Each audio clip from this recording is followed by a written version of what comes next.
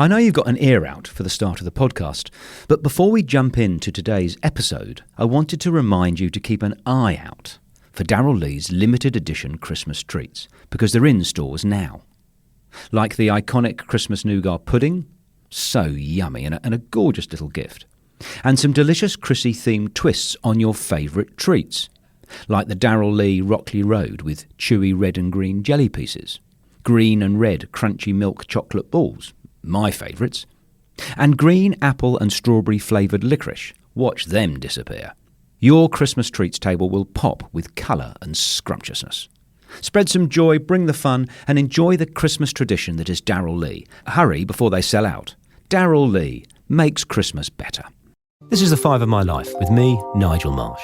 The series where I talk to notable people about 5 of their defining things. The way it works is my guests always choose a favourite film, book, song, place and possession. They tell me their choices in advance so I can research them, but they don't tell me why they've chosen them. That's the subject of our conversation. The reason I devised this series is I wanted to create a slightly different way to gain an insight into the real lives and thoughts of prominent people.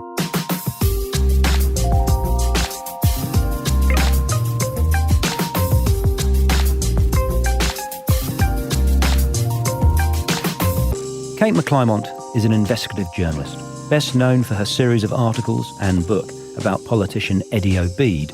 Over her much-awarded career, she has expertly and courageously exposed the corruption of those in powerful positions, be they in politics, sport, trade unions, or the media.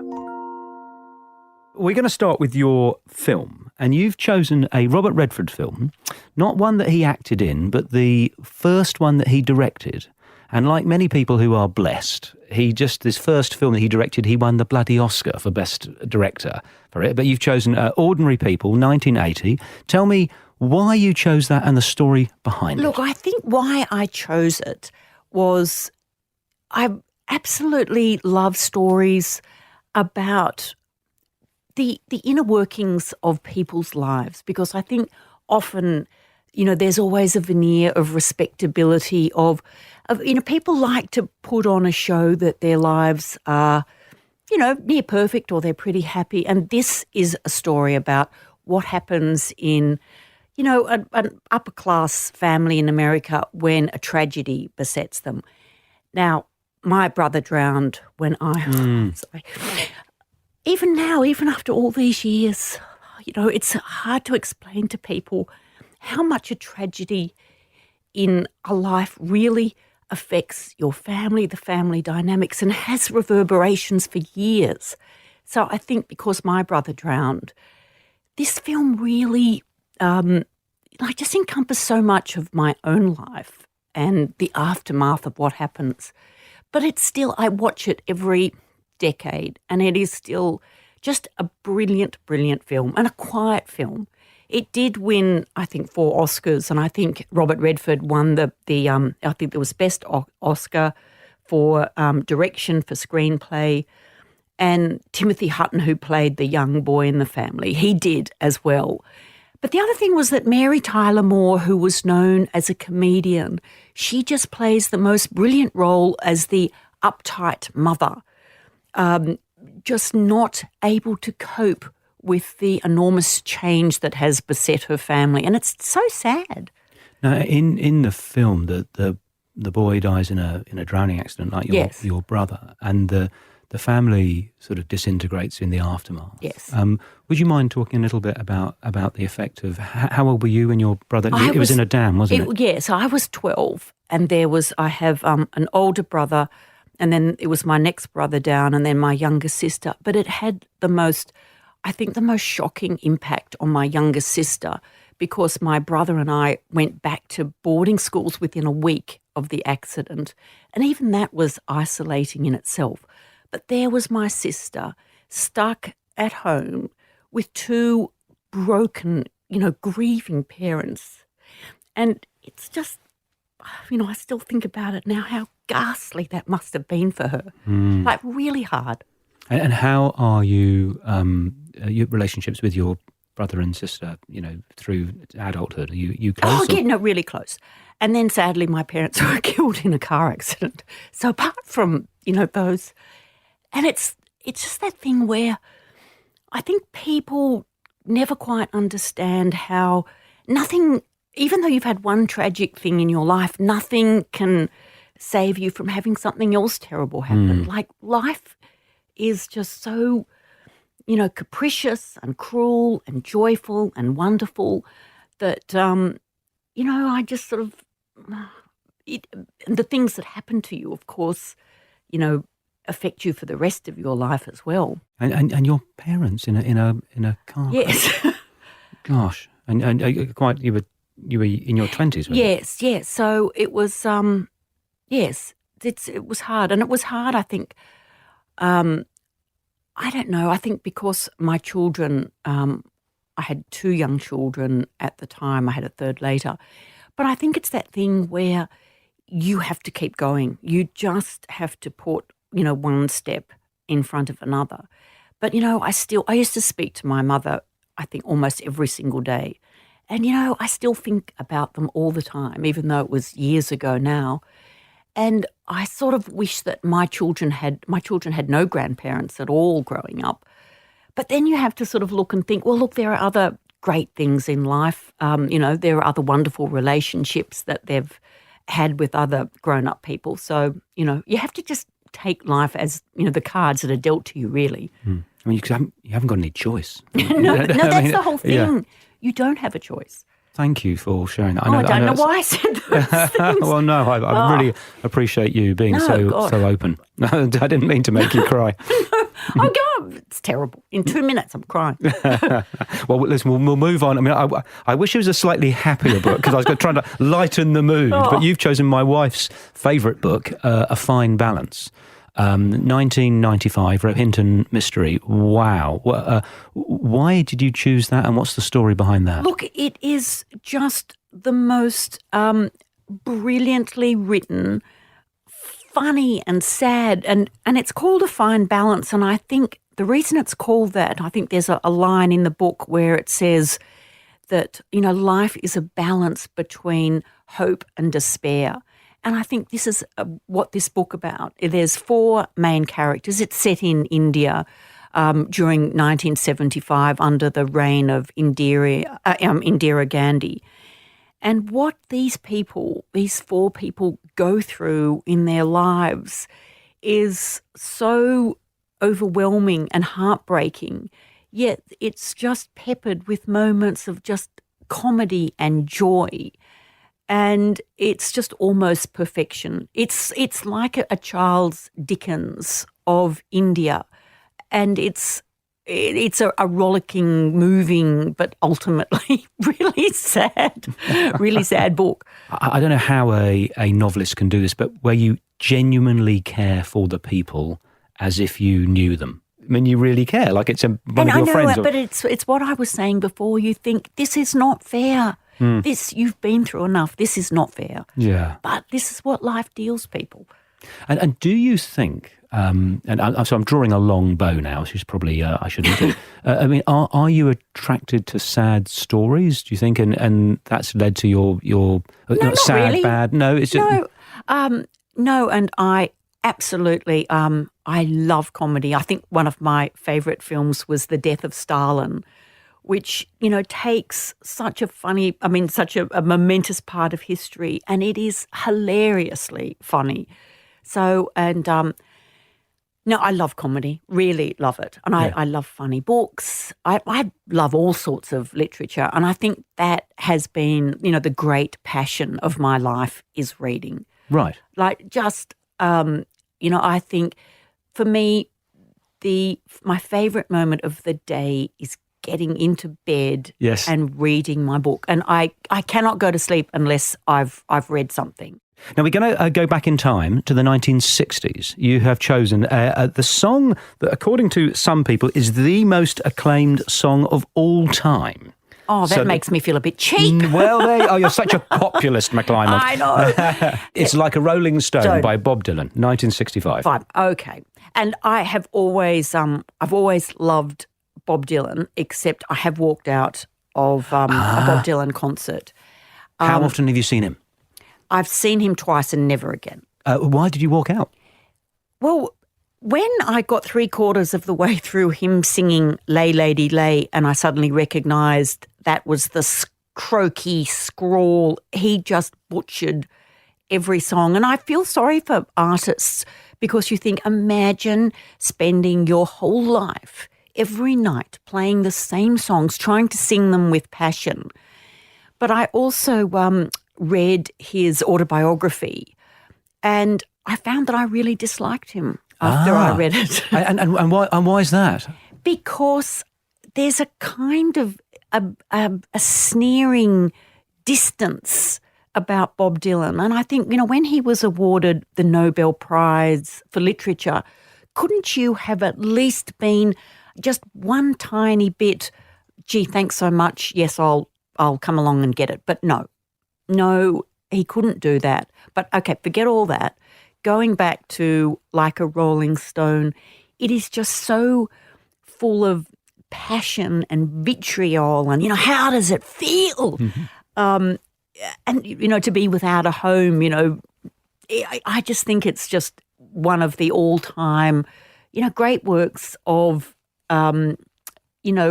lyrical writing, really. It was just so passionate. And an interesting sort of theme in terms of from hero to zero. Yes. The backdrop of that. And if I can use that to ask you about some of the work that you do, where the people who are flying high, and then how does it feel you're now heading off to clink because you've been done, yes. Tell me a bit about sort of the lessons that you've learned from your work, where you meet these people who, until they've been rumbled, they are flying high, and then. The absolutely worst thing that happened, as far as that goes, was that one of my colleagues and I were writing this, major story about the law firm Keddies and their overcharging of, vulnerable, injured clients. Anyway, so we'd spent weeks and weeks working on this, and about 2 days before the story goes to air, I find out my new next-door neighbour is one of the partners of Keddies. Ouch. So we write this story. My new neighbour moves in. As a result of my story, the firm goes down the gurgler. He is bankrupted. He loses his practicing certificate. I think he did get it back again. But sometime later, I was at a friend's child's 21st, and the next door neighbour's daughter was there, and she came up and just said to me, "You ruined our lives. You really ruined our lives." And I said, "Look, I'm really sorry." She said, "You're not sorry." And I said, "Actually, you know what? There are 115 law cases against your father's law firm. I know that this is a hard thing to hear, but sometimes people have to take responsibility for their own actions, and they have to look behind who has delivered or who has exposed them. But it happens a lot is that you personally get the blame for what is really the revelation of somebody else's wrongdoing. And I think the very reason they've been able to do those things in the first place often is, a form of, they're a sociopath or a narcissist, and they sleep really well at night, even though they've destroyed other people. But when the tables are turned on them, they never look into themselves for their own bad behaviour. It's always your fault. Would you mind talking a little bit about how your work has affected you and your life view, if at all? Has it made you more cynical about the human race, or less cynical, or more hopeful, or? No, I think that I am a perpetual optimist. I'm always looking that there's always good. It doesn't make me cynical. I just see it as, the wide, just the wide horizon of human nature, and it's populated by some very bad people. So, and I just think that, I sort of feel quite blessed and then sometimes it's a little bit of a burden. But people contact you. I would get at least 5 emails, calls a day from people saying, please, can you fix this for me? Please, can you fix, what's happening to my, father in an old people's home? I've been robbed by, cryptocurrency experts. This new bridge is going to completely ruin our community. And I can't do it all. I just can't. And you sort of feel like, I hate letting people down, and I hate saying, I'm really sorry. But when they're particularly, absolutely crazy or mad, I always say, well, try so-and-so at the Daily Telegraph. They'll help you. I'm interested, Kate. You get all these people who contact you saying, could you investigate X, Y, or Z? How do you filter them out, so the crackpots to the things that actually is worth your valuable focus to investigate more? Well, for one, anyone who uses indiscriminate use of capitals, underlining or red writing, or exclamation quotes, mark. Yes, or quotes any biblical reference or any psalm in any way straight into the bin. Yeah. But no, usually you develop a bit of an ear about what sounds provable. The hardest things is when you get the anonymous emails, or people now contact you via encrypted means, Wicker and things like that. And what they are saying is absolutely sensational. But you know that if you're sued, you don't have that source to go back to, because often you need a paper trail, you need something, or you need someone to stand up in court. Every story I do now, I have to think, how am I going to prove this in court, which is such, a terrible situation. But defamation is a really difficult thing that makes our professional lives hard to do. And I'm not saying that people don't have a right to sue if they feel suitably aggrieved. But for us, it's really difficult.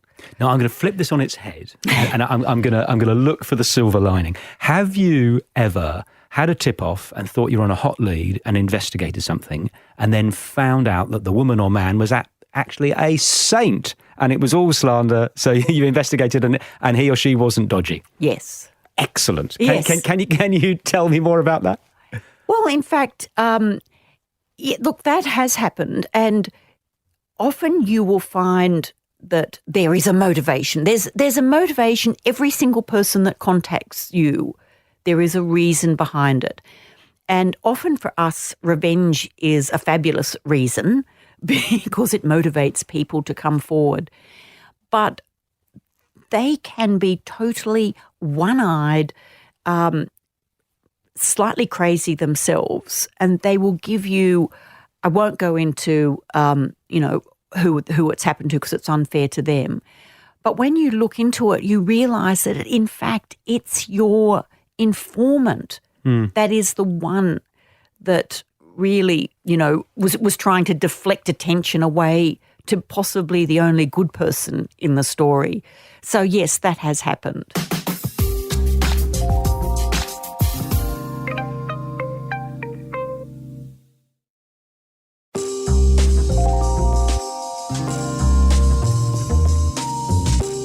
So coming to your fourth choice, your place on Five of My Life, you've chosen Rushcutters Bay Park in Sydney. It is one of the most beautiful spots in Sydney. It's on the water. It's a little bay in between basically Elizabeth Bay and Double Bay. And I walk my dogs there most mornings. Every Sunday morning I meet a group of friends. We have coffee. And we gossip and chat, and we've been doing it for years. And it's also the place where I've got some of the best tip-offs of my life. So, look, it's one of those things the that package behind the tree? No, or? Well, no, but there is one of my favourite crimes took place down there as well, which was, this was many years ago when a major a major cocaine conspiracy were using Qantas baggage handlers to bring in cocaine. And they secretly met down at Rushcutters Bay. One of them had flipped and was wearing a wire. And there they were in the dark of night in Rushcutters Bay saying that they knew one of them had flipped. So there was this tension of they had internal police sources. This person was now working for the police. His life was in danger. Anyway, but apart from that, my favourite tip was walking the dogs, and I ran into to somebody who said, you should be looking at this firebombing in Wolseley Road in Point Piper. And I thought, Wolseley Road, Point Piper, this is the richest street in the entire nation, and there's a firebombing. And I ended up doing a story. The person who, it seems, did the firebombing was a guy called Michael McGurk. And 10 days after, I spoke to him about all this, he was murdered, and he told me in that conversation who was going to kill him. And I've just finished doing a book about this saga. Ah, right. But anyway, so Rushcutters Bay, you walk down there in the morning and the light coming off the water and the sailboats and looking out to the harbour bridge, and you just think life is a joy. It's beautiful. It's, I don't know, it's just one of the, those things that make you feel great about life. Just walking in the sunshine, looking at out across this beautiful vista that Sydney is, and running into people that give you great tips. What could be better? So people approach you with tip-offs. Has there been any sort of deep throat, secret, clandestine meetings where you have to wear a false moustache and a wig? Well, I haven't had to wear a false moustache, but I did have to meet somebody at midnight behind the stables of Randwick Racecourse one time to get some information. And look, that was back in 1995, and it was the jockey tape story, which was I got hold of some tapes which showed that major leading Sydney jockeys were involved with an organised crime figure, Victor Spink, and they were providing tips for races, and it looked like match fixing. And in fact, Jim Cassidy got struck off for 3 years as a result of that. But I had another one where this was not so long ago. I'm quite conscious of safety, and I do make sure that I tell people where I'm going. But when I was just telling you then about about those people involved in Rushcutters Bay in the cocaine conspiracy, the major conspirator once demanded to have a meeting with me, and it was at a pub called The Friend in Hand in Glebe.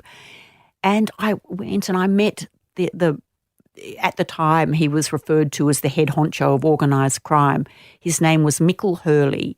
He was wearing tracksuits and a flannelette shirt and, downing schooners of beer. And I just thought to myself, you are one of the most terrifying people. And then it was after that he got arrested for the cocaine. And I once had to go, sometimes I have to go and meet people, and they just say to you, I won't tell you what I look like, I will find you. But I always make sure that it's in in a public place. I won't go and meet people, like when I went to the behind the stables at midnight. I think I must have been young and silly then, but I'm much more careful now. And I had one recently, it was a few years ago now, where a major crime figure was out of jail. And I'd last written about him 11 years earlier when I said that he was possibly the richest criminal in jail because he'd been importing drugs for almost 30 years, and he'd been on the run for 30 years, and police estimated he was worth, $80 million. So he got out of jail and said, "Oh, could I meet up with you?" And I thought, no, but I'm always very charming. I said, "Oh, of course you can. Where would you like to do it?" And then I said, "Don't ask that." And I said, "Why don't you come to the canteen at my work?" Because I thought, we've got cameras, we've got security. So in comes this guy and he starts saying to me, see, he said, you just don't understand what it's like for me being a criminal because all the people I know, we're criminals. So when I was in jail, I had to get other criminals to mine my money. And now I'm going to have trouble getting it back. And I said, what do you mean? He said, well, it's cheaper for them to knock me than it is for them to give the money back. And he said, most of it's in the Philippines. And I went, oh, okay, right. Why is he telling you? I don't know. Look, I've met him quite a few times. He was hilarious. Anyway, he goes to the Philippines and he's killed in a hit-and-run accident. So I never knew whether... Hit and run with air bunnies. Yes. Right. So I know, but it's funny how... And people, even the criminals, often say, I say, why are you telling me these things? And they said, because what you wrote about me was fair and it was true. And I just think if you behave ethically and you treat people, even criminals, with respect, as in if I say to them I won't write that particular thing, or if they give me a piece of information that would endanger them, I would never breach that trust. And I just think it's important both professionally and it's also important as a human being that, people should be able to trust you, that you should be able to give your word and to keep that word. And I think that's something that I have tried to do throughout my career. I mean, sometimes I've had information that would be the best story, but I have promised that I would keep that to myself. And I just sort of think, I would never do what is known in the business as burning a source. I've never done that, and I just would never, it doesn't matter how good the story is, I would never do that. Good on you. I remember being at dinner, this is ages ago, in England with my wife, with quite a famous tabloid editor who, very charming and hilarious, but said there's only one rule, Nigel. It's first of all, simplify, then exaggerate. Right, we are moving on to the fifth of 5 of my life choices. Your possession. Why have you chosen it and what's your story? I've chosen my transistor radio. It's a little black Sony radio that I have to move the aerial back and forward.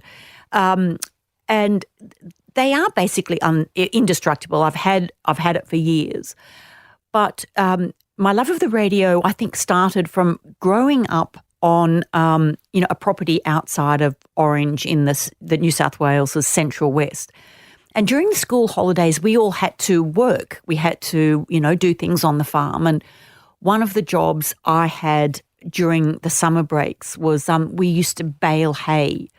So as soon as the dew was dry from the mown grass, my job was to drive along in a tractor and rake it into neat rows. So then the baler would come along, and it was literally sitting there for 8 hours. So I used to listen to the radio. I think I've got poor hearing now, but and I used to listen to the cricket. I used to listen because in Orange we only had sort of 2 stations, and now I cannot sleep at night unless I've got the BBC World Service in my ear. I have it on all night. I have a head thing, so when it falls out, it doesn't wake anyone up.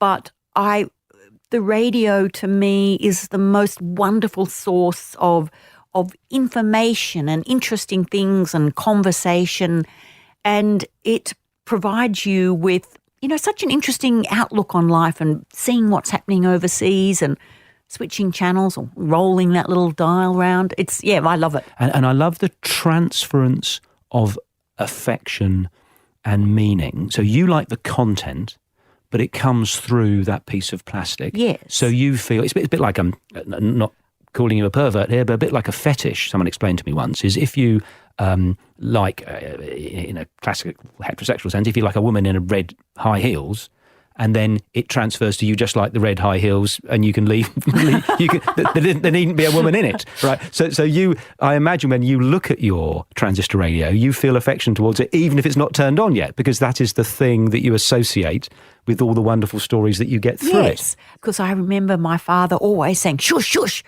for the weather, like it was absolutely, crucial in, life in the country was listening to the weather report. And even now, just some of those, the theme songs, even the theme songs from, the ABC radio news.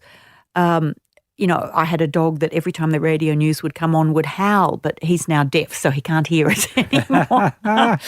It's been such a delight to chat to you, and you have been really generous and authentic. And I can't tell you how much I admire what you do. It must be a very sometimes lonely, unforgiving role to have, because you will, provoke different reactions from people, but you are loved for what you do. Well, Nigel, that is very kind of you to say so. Yes, I think I often suffer from imposter syndrome. Because you just do your job. You just do your job as best you can. And when people stop you and say, you're really brave, or I really admire you, I'm so grateful and touched, but I sort of feel non-deserving.